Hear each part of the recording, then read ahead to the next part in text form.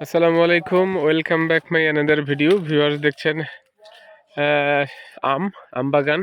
আমরা আজকে অবস্থান করতেছি নওগাঁর সেই ছোট্ট সাপাহারে এক আমের প্রজেক্টে আমরা আছি, আমের বাগানে। দেখাচ্ছি আসলে এবারের আমের যে ফলন তুলনামূলক খুবই কম। বিগত বছরের চাইতে বিগত 23 সালের যে আমের উৎপাদন হয়েছিল এই এলাকায় ব্যাপক।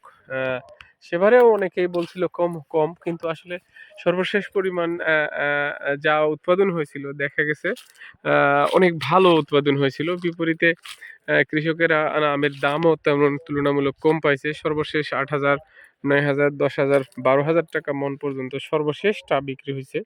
শুরু থেকে 1100, 1200, 1300 থেকে শুরু, সর্বশেষ আমরা দেখছি 12,000 টাকা মন আম নওগাঁর সাপাহারে বিক্রি হয়েছে। তারই আঙ্গিকে আজকে আমরা প্রথম ভিডিও একটা করতে যাচ্ছি আমের যে উৎপাদন আসলে এবারে তুলনামূলক বিশ্লেষণ গতবারের চাইতে। গতবারের আমার ভিডিওগুলো আপনারা দেখবেন, তাহলেই বুঝতে পারবেন। দেখেন, একটা গাছ দেখাচ্ছি, আসলে কি পরিমাণ আম ধরছে। আসলে তুলনামূলক আম খুবই কম। বিগত বছরের এই গাছগুলোতে ব্যাপক আম ধরছিল, যেগুলা দেখার মতো। ভিউয়ার্স দেখছেন, আহ, আম আম কিছু, এটা রূপালি। হ্যাঁ, একটা বাগানে আমরা দেখাচ্ছি রূপালির যে বাগানগুলা গতবারে ছিল, বিপুল পরিমাণে আম আমরা সেখানে দেখতে পাইছিলাম ধরছিল। এবারে সেই তুলনায় এই রূপালির গাছগুলাতে খুব কম আম দেখা যাচ্ছে। হ্যাঁ, এর কারণ হচ্ছে আমের যে মুকুল আসছিল সে সময়, যে সময় আমটা গাছে মনে হয় ফোটে, সে তার আগ আগ মুহূর্তে একটা বৃষ্টি পাইছিল এ কারণে। এবং পরবর্তী সময়ে খরা, তারপরে এখন পর্যন্ত বৃষ্টিপাত এখানে খুবই কম। হ্যাঁ, যার তুলনায় গাছগুলোর চেহারা দেখেন। এই এলাকা তো বরেন্দ্রভূমি, আসলে এখানে অ্যাকচুয়ালি বৃষ্টিপাত খুবই কম হয়, মাটি খুব কড়া। দেখেন মাটির কোয়ালিটি। বরেন্দ্র এলাকা প্রচণ্ড উঁচু জায়গা, এলাকায় বৃষ্টিপাত হয় না, বৃষ্টিপাত হলে খুব কম হয়। এবছরে এখন পর্যন্ত আজকে মনে করেন যে 8 মে, বৃষ্টিপাত একেবারেই কম। আমার দেখাতে বৃষ্টি একদিনও হয় নাই, খুব কম। একদিন হালকা পরিমাণ বৃষ্টি হয়েছে, অথচ অন্যান্য এলাকায় যে পরিমাণ বৃষ্টি হওয়ার কথা তার 80% বৃষ্টি হয়ে গেছে, বিভিন্ন জায়গায় হচ্ছে। এই এলাকায় বৃষ্টিপাত হচ্ছে না, প্রচণ্ড খরা। যার দরুন এইখানে এবারে আমের মুকুল নষ্ট হয়ে গেছে। আর আমের ফলনটাও তুলনামূলক খুবই কম। আমরা রূপালীর বাগান দেখাচ্ছি, আজকের একটা একটা বাগানে আসছি। তারপরে দেখেন ভিউয়ার্স, নিচে দেখাচ্ছি। নিচে এরকম বাগানে দেখাইলে আম আর আম, আম আর আম দেখা যাচ্ছে। সেই তুলনায় এবারের আমের পরিমাণ খুবই কম। মোটামুটি দেখা যাচ্ছে গাছে আম কম। এবারের গাছগুলাই আসলে দেখতেও কেমন জানি একটু অন্যরকম, বেশি খরার কারণে। হ্যাঁ, গতবারের গাছগুলা খুব সুন্দর সুন্দর গাছ আমরা দেখছিলাম, এত সুন্দর পরিচর্যা করে করে রাখতো। আম কম ধরার কারণে কৃষকদের আসলে মেন্টালিটিও, পরিচর্যা সহ বাগানের প্রতি মনোনিবেশ কম। তারই আঙ্গিকে আমরা দেখছি একটা বাগান, যে কৃষকেরা বাগানে খুব কম, বাগান কেনা বেচাও কম হচ্ছে। আমার মনে হয় এবারে আমের দামটা বিগত বারের চাইতে একটু চড়া হবে, কারণ কারণ আমের উৎপাদনই কম।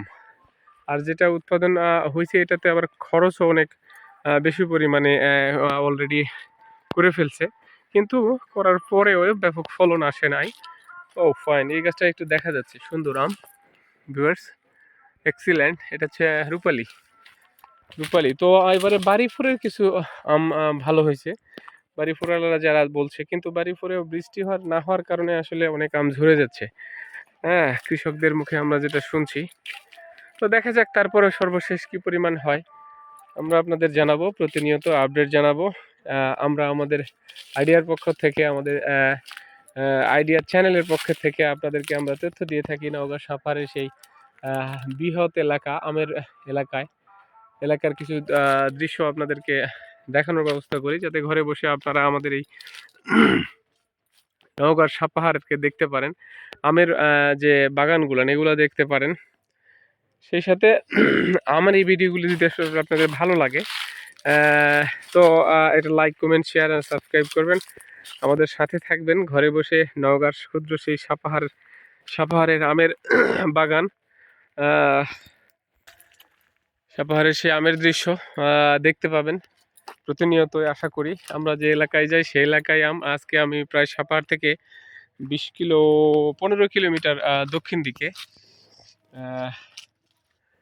পদলপাড়া নামক জায়গায় আমরা এই এলাকায় আসছি, পদলপাড়া। তো এই এলাকায় এসে একটা বাগান আমরা ভিজিট করছি। সে কারণেই আমরাও আপনাদের এই বাগানের খুঁটিনাটি বিষয়গুলো দেখাচ্ছি, গাছের পরিস্থিতি দেখাচ্ছি, আমের উৎপাদন দেখাচ্ছি। দেখেন এই গাছটা কি সুন্দর একটা গাছ, অথচ আম কয়েকটা একেবারেই। আর খরার কারণে দেখেন পানি নাই, পানি সেচ দিতে পারে নাই মনে হয়। মাটি ফেটে চৌচির, দেখছেন ভিউয়ার্স। হ্যাঁ, আসলে মাটি এখানে তো প্রচুর পানির দরকার এখন, অথচ এলাকায় তো পানি পাওয়া যায় না।